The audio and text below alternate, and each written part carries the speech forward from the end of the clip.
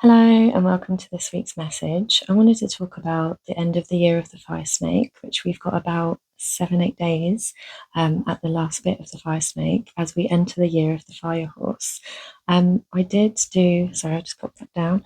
I did cast a hexagram for this video today, and the first one we had was 57, subtly penetrating, creating small success, fruitful to have a direction to go, fruitful to see the great person. Subtly penetrating means becoming part of something or someone, feeling your way into things, yielding gently to their nature. Such influence does not bring sudden transformations, it creates small success. Have a clear vision of the great person in reality or in your mind's eye as a model of the larger possibilities implied. How can you get to know this from the inside? What is taking shape? And because there was a changing line on the hexagram, it created a second hexagram, and that is 9, small taming, creating success, dense clouds without rain come from our Western altars. A time of restraint brings great hope for future growth and success, but it may feel more like frustration and setbacks where things don't quite work yet. You must cultivate the situation and yourself in small ways, caring for the details, developing your readiness and fitness conscientiously. What small thing can I work on today? How can I cultivate a better terrain? So I do hope you're doing well with this energy because it's been a bit crazy. As we finish the year of the snake and we enter the year of the fire horse, the year of the snake has been about gaining insights and clarity and strategy, shedding old skins, but it's also been a huge year of transformation, which at times has felt uncomfortable, as we have been, deeply transforming our identity and gone through a cleanse of a lot of emotional patterns. And many of us have been deep in our intuition, which has asked us to really get honest about what we actually want. This year has been a preparation point of doing the groundwork before we act. This shift in our energy and awareness is guiding us to let go of any hesitations or doubts that may have been keeping us stuck and holding us back, from really moving forward towards our true identity and purpose. Your current situation may feel comfortable and familiar, but this is a time to clear out the old. That could be beliefs or things or items or people that aren't ready, aren't going to really go forward with you for this new year. It's really about getting honest with yourself. It can feel painful, endings, change, and all of that. But this last period of time is really about really shedding and getting rid of all of those old things that can't come forward with you. So it could be a good time for journaling about this, just sitting with yourself, taking some deep breaths and just letting anything arise within you that really doesn't feel like it aligns with you anymore. It is hard. It could be like a job, it could be a role, it could be any beliefs about yourself that are keeping you stuck. You might feel like, oh, I don't deserve success, I don't deserve love. That's all. I won't swear, but that's nonsense. We all deserve that. We all deserve, to feel our fullest and best selves and to be treated with love and respect. So if there is anything that is keeping you from moving forward, really get honest with yourself and write some things down. This could really help you to move forward.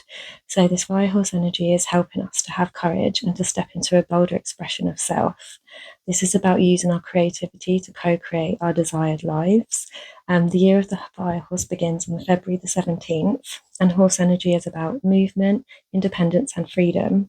And fire energy brings passion, courage, and creativity. Where the snake was like about inner transformation, the horse will be about outer transformation, where we take what we have learned and put it into action. I will be doing a release ritual myself. I'll be doing it at midnight, on midnight to 16th to 17th. So if you feel called, then what you could do is just light a candle, write down what you are releasing, whether that is fears, any old habits, beliefs, or any relationships or roles that are no longer working for you.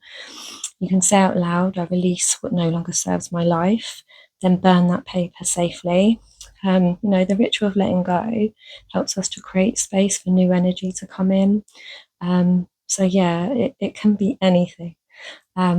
Once you have completed the ritual, you should do a few minutes of breath work, to really ground yourself and ground this energy, let go.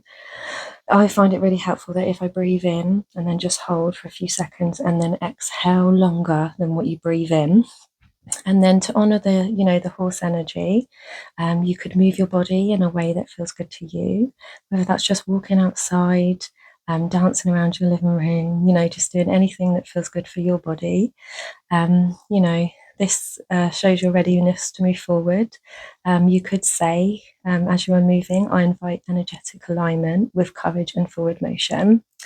So remember, this isn't about rushing ahead, aimlessly. It is about clarifying what you want and committing it to yourself. It's not about doing more, but it's about doing what you want to do, what feels real for you. Give yourself the permission to be you authentically. You don't need approval from someone else or from some external source. You give yourself that permission, really stepping into yourself, because you are ready. You are ready to do what makes you happy and fulfilled. If you do feel called, please share what you are releasing and what you are creating in this year of the Fire Horse. I will share with you, I am releasing grief, grief of the father I needed but didn't have. I don't know about many of you, but I know it's quite common for many of us not to have a father figure in our lives.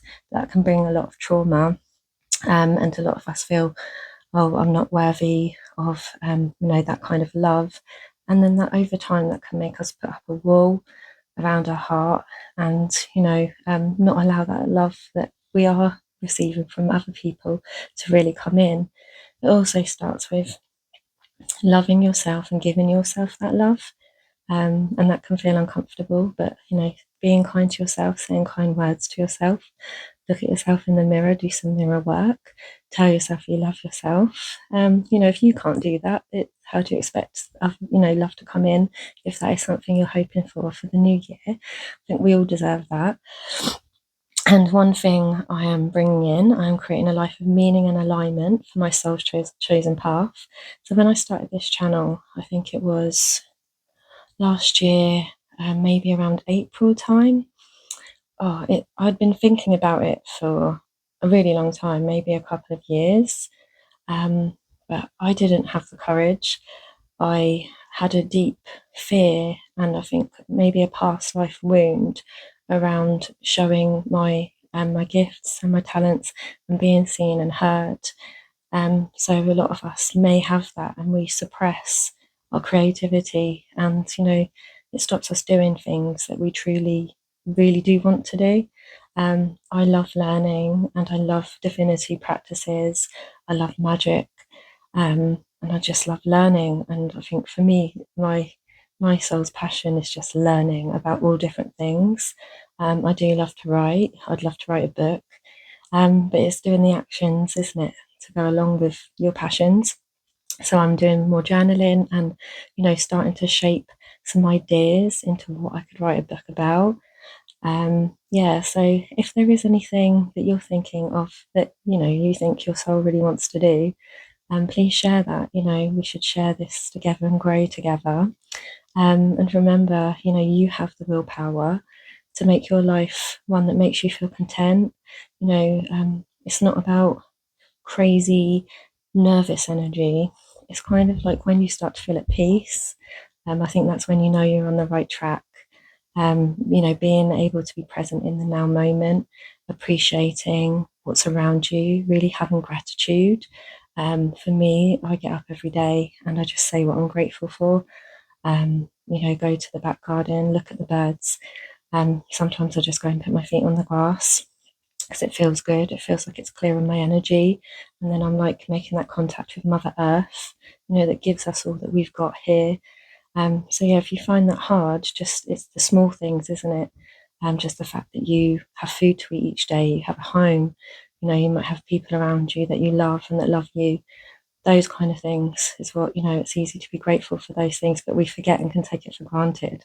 So yeah, really take this little period of time to really shed get rid of all those last bits that are no longer going to align with you anymore. And yeah, really set that intention of what you're going to create and move forward with boldly.